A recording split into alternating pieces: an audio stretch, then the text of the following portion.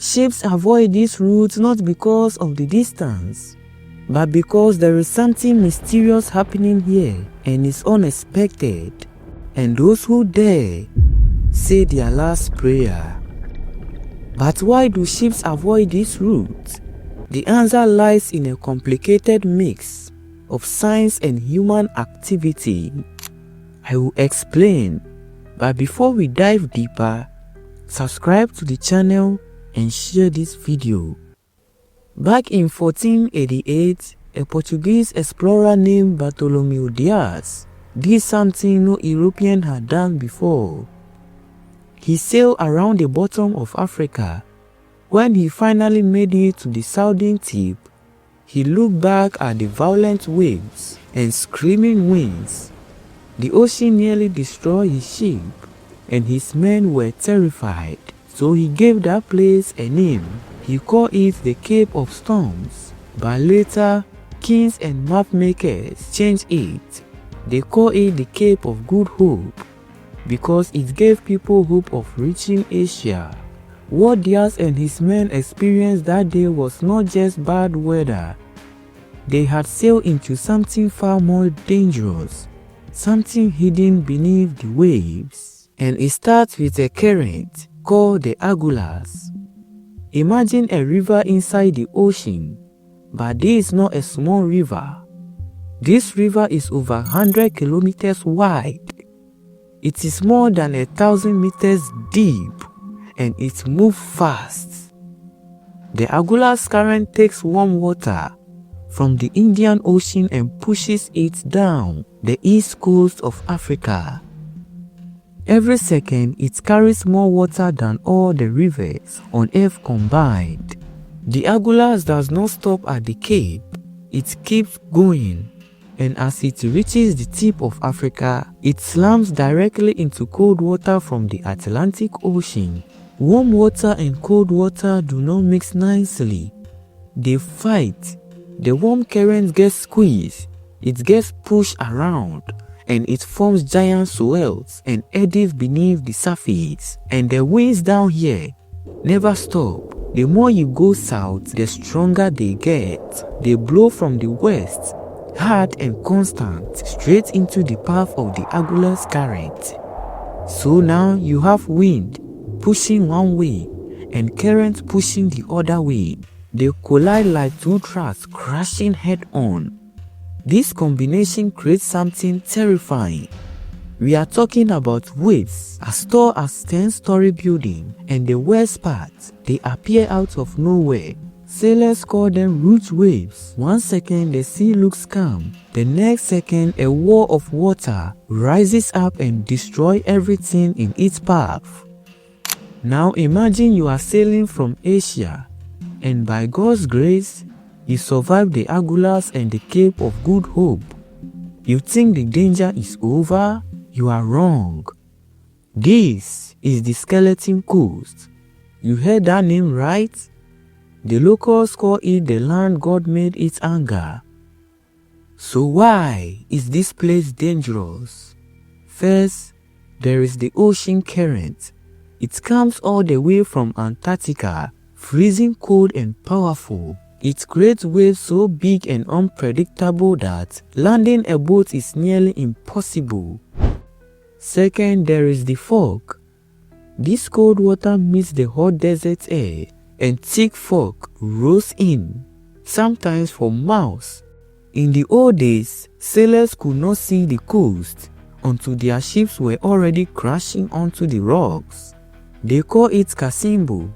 And here is the thing, it still happens today. Even with modern technology, the fog can appear in minutes and blind everyone. That is why this place is called a graveyard. Hundreds of ships and sailors did not make it alive in the past. Third, there is the desert. If a sailor survived the shipwreck and made it to shore, his suffering had only just begun. Behind is a vast barren land with almost no water and no food. Nothing but sand and heat. The nearest town is Swakopmund, and it is 300 kilometers away. Even if you try to walk to a road, there are no cars. The country is empty, and wild animals like hyenas, lions, elephants, etc. roam around looking for food. You might be their food. Now imagine you sail through here and you made it. There is another danger waiting north. This is the Gulf of Guinea. It stretches from Senegal to Angola. To most people, it is just a name on a map, but to shipping companies, it is one of the most dangerous places on earth because this is where modern pirates operate. These are pirates who are heavily armed in fast boats. They scan the ocean for targets, tankers, cargo ships, anything slow and valuable. They strike at night, usually when the crew is tired and visibility is low. They throw hooks onto the ships, climb aboard, and take control in minutes. What do they want? Sometimes the cargo, sometimes the money, but mostly they want the crew. Because in the Gulf of Guinea, kidnapping for ransom is big business. Pirates take sailors hostage and hide them somewhere on land. Then they wait for the shipping company to pay. If the money comes, the sailors go free. If not, you can guess what happened next. At the time of recording this video, local fishermen went fishing in their canoes, and they were attacked by Nigerian pirates. The pirates took their outboard motors because they didn't have money and left them stranded in the middle of the vast ocean for 24 hours before rescuers arrived to tow them back to shore. This shows how dangerous this route really is. Now back to the southernmost tip. Here, there is no place to hide. The nearest safe harbor is far away. Sailors call it the point of no return. Sailors have been warned for centuries, but still, ships use this route when the Suez Canal closes, or when they simply prefer to. Big cargo ships are built to withstand these conditions. Steel hulls, powerful engines, advanced technology, but they still need careful planning because these waves can swallow a ship whole. Small boats also pass here. Fishermen, local traders, adventurers.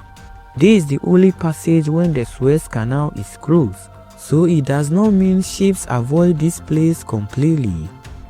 No, they use it, but they do not take it lightly. This place is unforgiving, and you have to be mentally strong to be able to pass through here.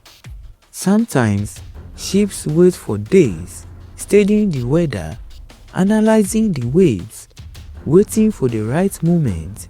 This is why your goods sometimes get delayed. It's not just traffic, it is survival.